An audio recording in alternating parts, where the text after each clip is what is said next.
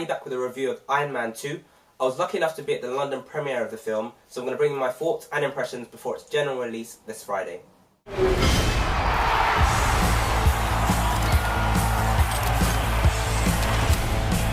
it's good to be back! Robert Downey Jr. returns with all the original cast for this blockbuster sequel.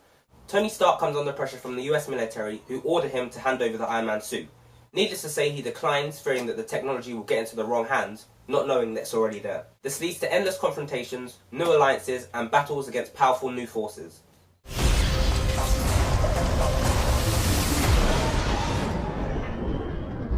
The story is great as it brilliantly links pieces from the first original Iron Man movie along with some other Marvel comics. It's action-packed, entertaining, and has those witty one-liners thrown in there for good measure. And as technology was a major aspect of the first film, you can expect to see some new suits, new cars, as well as new military weapons.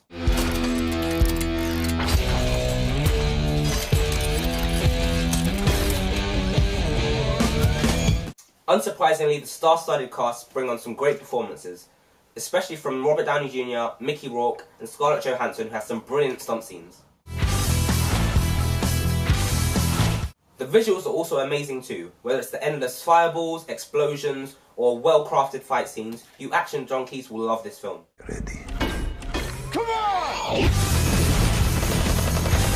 There's only two things that I didn't like about the film. The first being that it was slightly too predictable, but that may have been because the trailer gave out too much information and all the twists can kind of be summed up through that.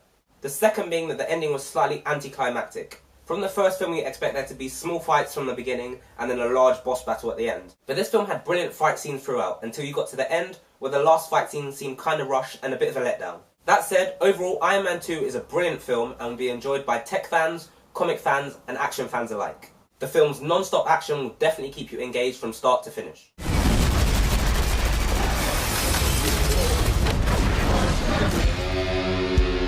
If I had to give it a rating, I would say it's a well-deserved 8 out of 10.